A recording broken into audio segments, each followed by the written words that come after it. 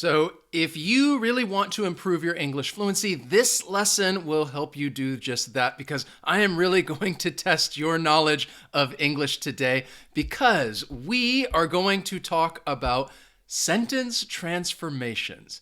So I want to begin by just kind of letting you know, well, what does this mean? So if we're talking about sentence transformations, basically you're just to transform. It means to change. So you're taking one sentence and then you are changing it to another sentence, but they have the same meaning. So that's what I mean when I talk about, okay, we're going to do sentence transformations and see if we can change sentences to different sentences with the same meaning. So if that sounds confusing, let me write it right here for you. So you have to rewrite the sentence so that both sentences have the same meaning. There are other words that you can use that describe this. For example, some people might say like keyword transformations. And what that means is that they give you a sentence and then they give you one word. And you have to use that word to rewrite another sentence with the same meaning.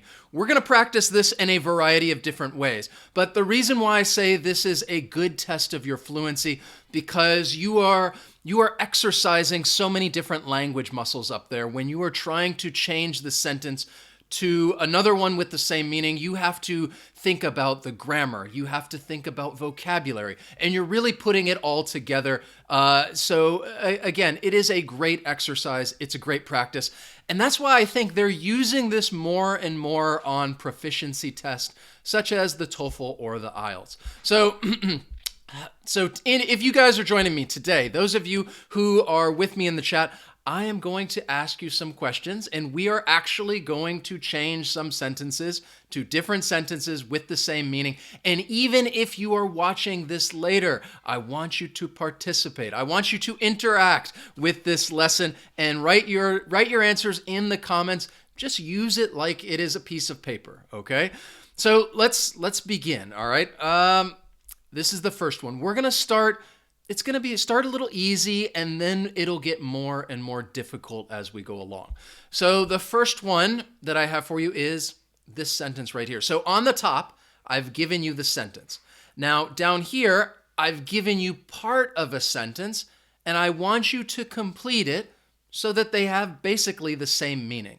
So I'd say, he was responsible for painting the fence. All right, think about what that means. If it helps, put a picture in your mind. He was responsible for painting the fence. Now, we're going to transform that. We're going to change that into a new sentence with the same meaning. Painting the fence was his... what? What would you put in there? I'll go ahead and give you a hint. We're talking about just one word. It's really just one word to use to complete that sentence. And I just want to give some shout outs to people that are, participating, getting the correct answer. Thank you. Yes, love music. Jothamart, perfect.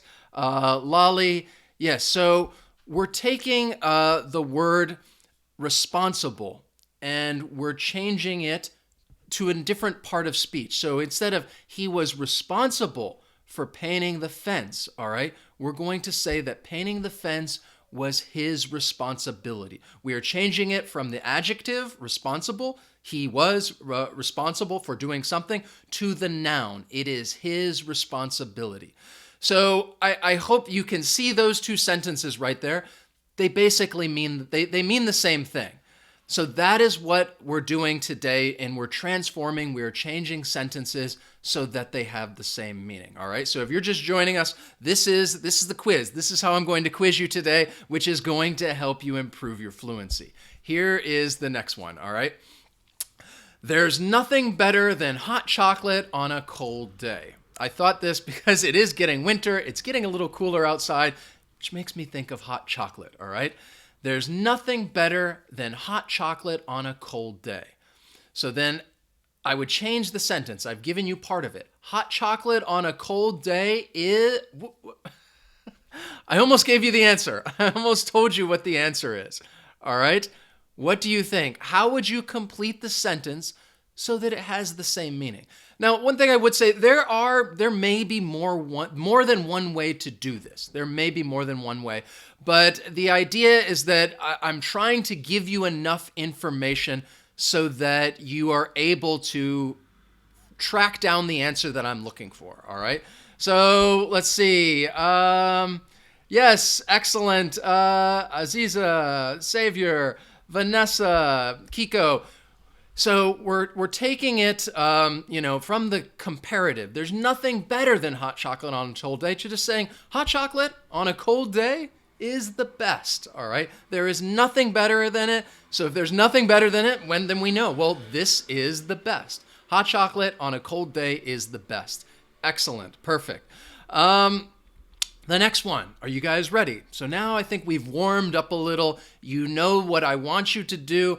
And like I said, they're going to get a little more difficult. Some of these can actually be very challenging. All right. I think this one should be okay. So the first part is I asked Wes what he ate for breakfast. I asked Wes what he ate for breakfast. All right. We're going to transform that. We're going to change that to the one down here. I asked Wes, all right, and this is a direct quote, what for breakfast. So this is an example. We are changing it from indirect speech. I asked Wes what he ate for breakfast to direct speech, which is why I have it in those quotes down there. I asked Wes what for breakfast. What do you think? All right. How would you transform that? Change that sentence so it has the same meaning. And this is something that you would do in grammar class all the time, changing from direct speech to indirect speech, or changing from direct to indirect, and vice versa.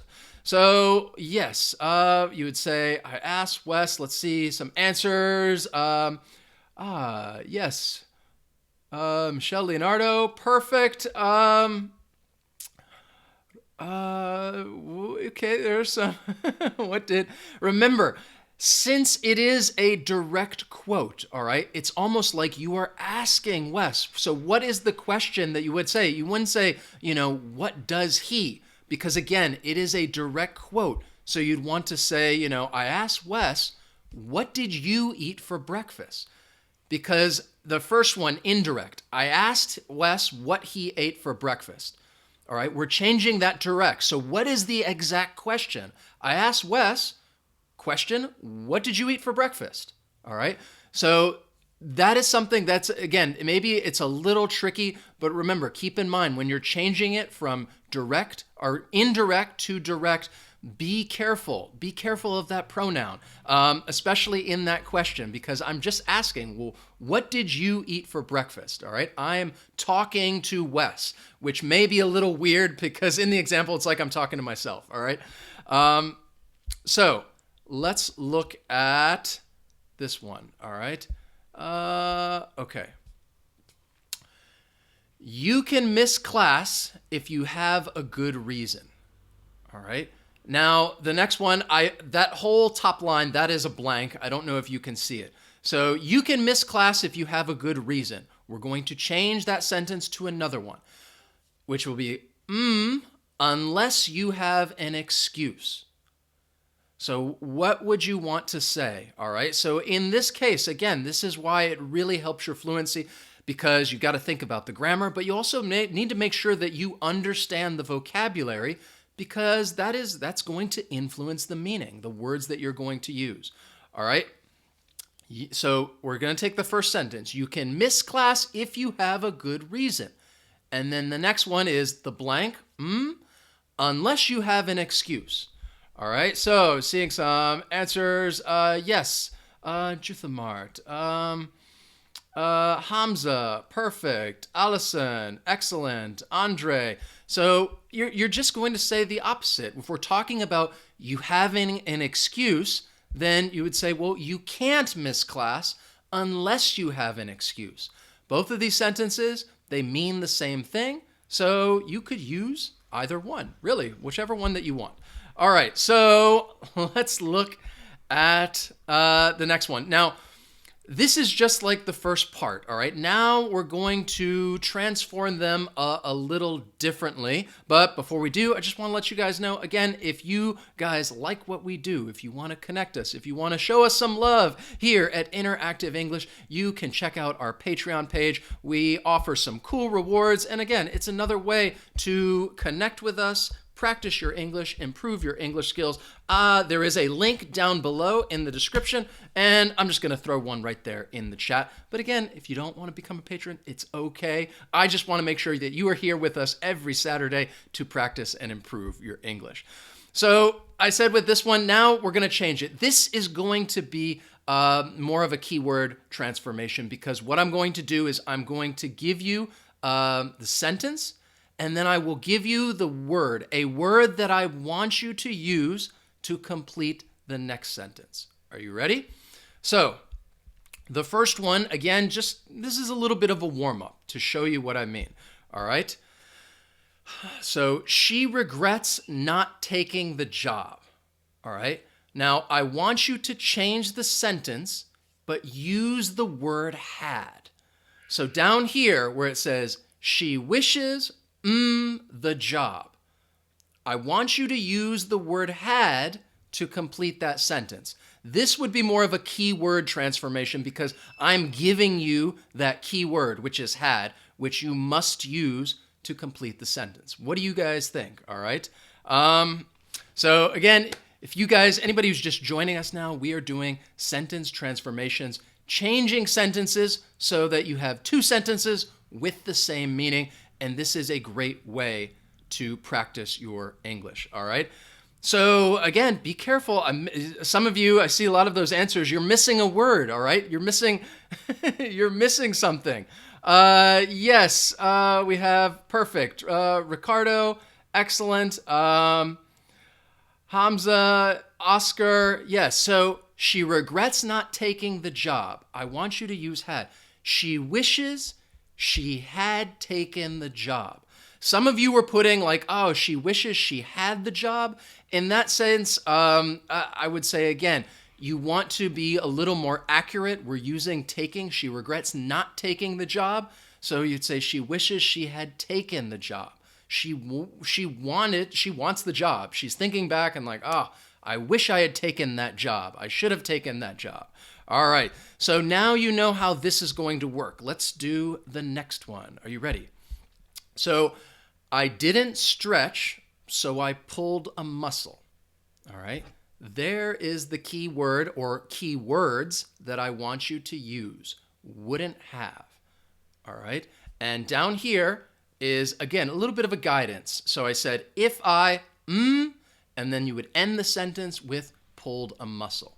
All right. So like I said, this is a great way to practice many different things. You're practicing your vocabulary and your grammar, because if you see that if statement, all right, now you should probably know, this is a hint, it's a conditional sentence, all right? We're talking about a conditional sentence. So I want you to use that key word, wouldn't have, all right, wouldn't have, to complete that sentence. What do you guys think? All right, write your answers in the chat. If you're watching this later, write your answers in the comments and just, participate, practice, see how well you do, all right?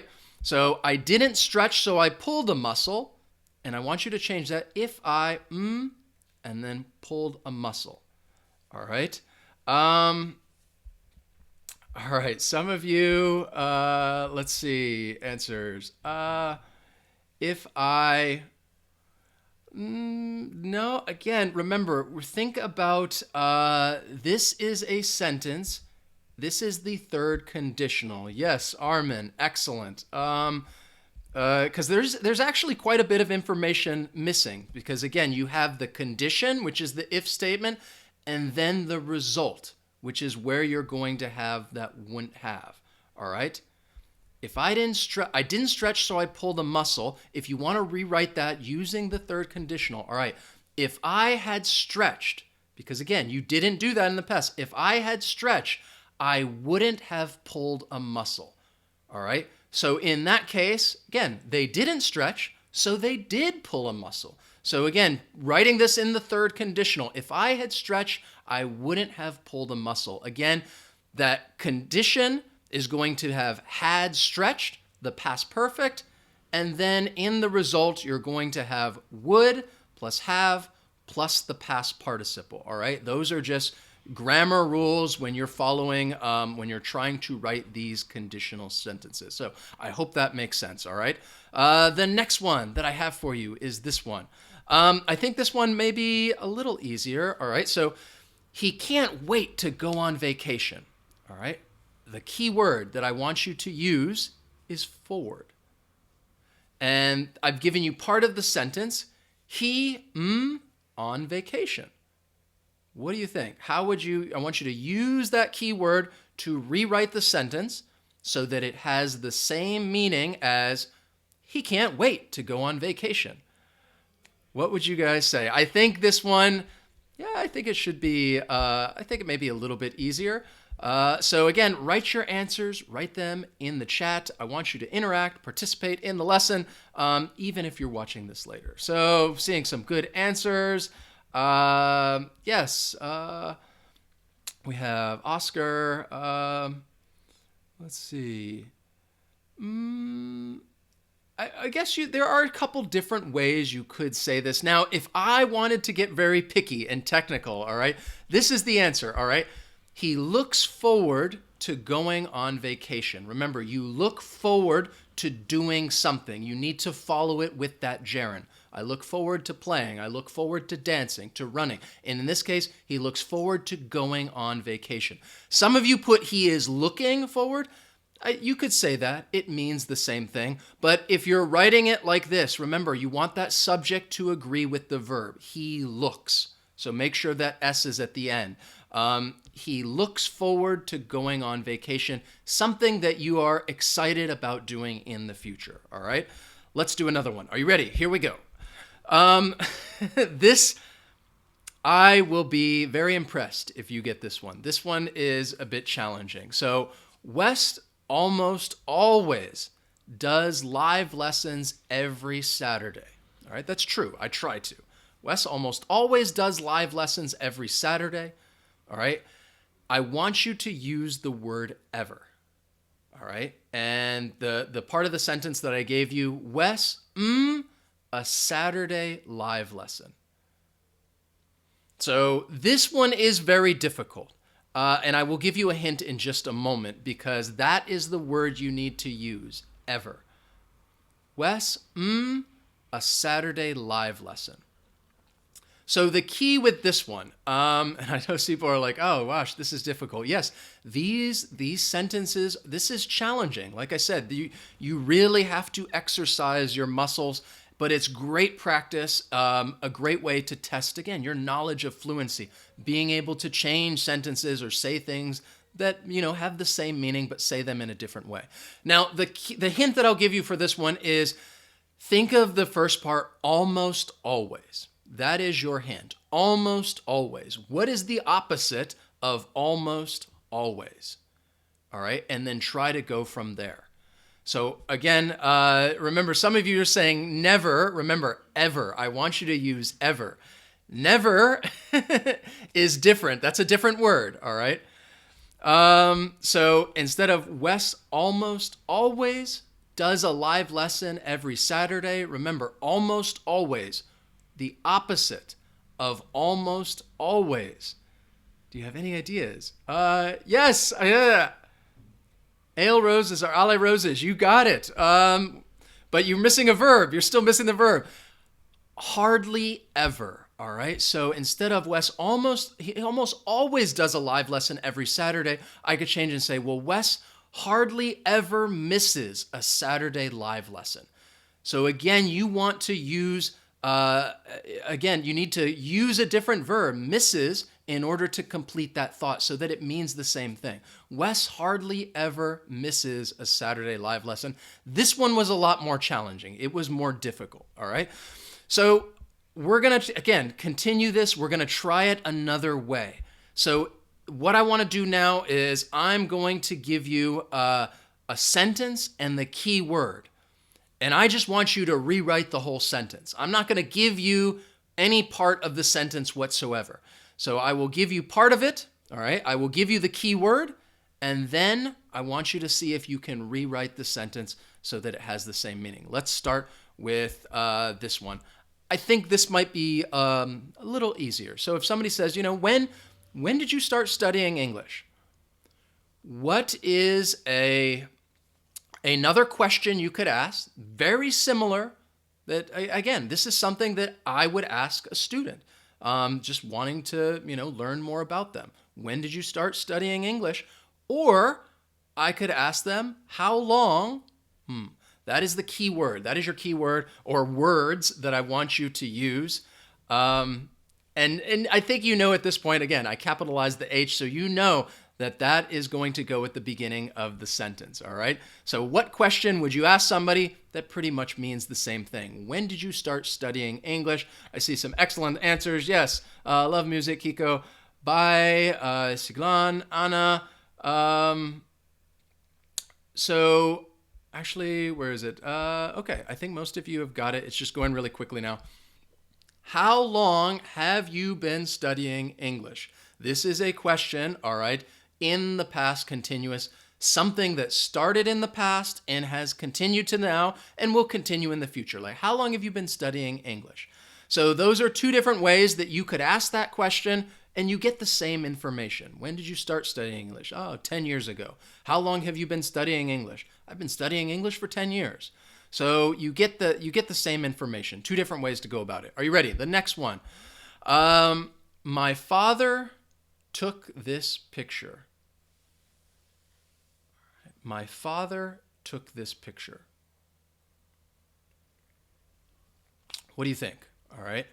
My father took this picture, and I want you to use the word was. This is, it's a little more challenging, and I will give you a hint because I'm feeling in a very generous mood right now, and I want to try and lead you to the right answer. So the hint that I will give you is, this is an active sentence, all right? This is an active sentence. My father took the picture, all right? The subject is doing the action, all right? My father, the subject, took the verb. The picture is our object. It is an active sentence. So I think yes. Excellent. We have Maybell, Kiko, Juan, Shilpa. Yes, so we're changing it from an active sentence to a passive sentence. And remember, when you change it to a passive sentence, you're taking the object, this picture, you're moving it to the front of the sentence. So you would say, this picture was taken. We're going to use the verb to be plus the past participle by whoever the subject is. This picture was taken by my father. All right? Excellent. Are you ready? Are you ready for another one? Again, another sentence transformation. Just try to rewrite the sentence. I think that you should be able to get this one. I don't think it's too difficult. So here's the situation. I arrived late to the restaurant. Everyone had finished eating. So I wrote this. That is two simple sentences. All right. I want you to write one sentence and use that keyword, those keywords, by the time. Actually, that key phrase. I want you to use by the time and write one sentence, which is going to be a complex sentence. So those two simple sentences has the same meaning. I arrived late to the restaurant. Everyone had finished eating. What would you say? All right, I want you to use that phrase. Write me one sentence that has the same meaning as that. All right, what do you think? What would you write? And I think I've given you enough information. I think many of you can get this. Exactly. Yes. This is good, I think, for a lot of you who are here, like a bit good typing practice too, because you guys are having to write a little bit more than you usually do during some of these lessons. But yes, excellent. So you're going to take that phrase, by the time, and let's just say, you can put it at the beginning of the sentence or you could put it in the middle of the sentence. That is your dependent clause. And you would say, by the time I arrived at the restaurant, everyone had finished eating. All right. By the time I arrived in the simple past, and your main clause, that independent clause, everyone had finished eating, that is a time when you would use the past perfect. By the time I arrived at the restaurant, everyone had finished eating. All right. So this is, again, the reason for doing these sentence transformations is to practice your overall fluency skills, because you got to think about grammar, you got to think about vocabulary, And some of them can be tricky. Some of them I think are tricky even for native English speakers. This can be a real challenge. So I hope that you guys did well, kind of ran through those a lot quicker than I thought we would today. But I really appreciate you guys being here with me. Again, if you want to join our community and subscribe to our email list, I will leave a link right here in the chat. There's also one down below in the description. And this is when we will give you some lesson updates. We'll talk to you. We'll send you some information about useful resources. We will give you access. There is a secret fluency lesson, which we will also send you. So just kind of keep you updated. Again, closer contact with us if you want to email. So thank you guys so much for joining me today. I appreciate you being here. Please hit the like button if you enjoyed the lesson and this was some good practice. I hope that it was challenging for you, because I think often we do some of these lessons and I think they can be, some of them are a little easier sometimes. So I hope that this was a little bit of, something for everyone. That some of these sentences you could do and others were a lot more difficult and challenging. So please let me know, hit that like button. You can write to us in the comments because we love hearing from you, and check us out on Facebook, Instagram, Twitter. Again, another way we ask questions. You can kind of just hang out with us. All right. So thank you guys for being here. Give some quick shout outs again. Julio, Davika, Andre, Michelle, Angela, Lolly, Giovanna, love music, Kaido, yes, I have to say goodbye, sorry, Daniel, thank you guys for joining me. I hope you enjoy the rest of your weekend, and I will see you guys next time, because I am here I'm almost always here on Saturdays. I hardly ever miss a live lesson. So I will see you guys then. So long.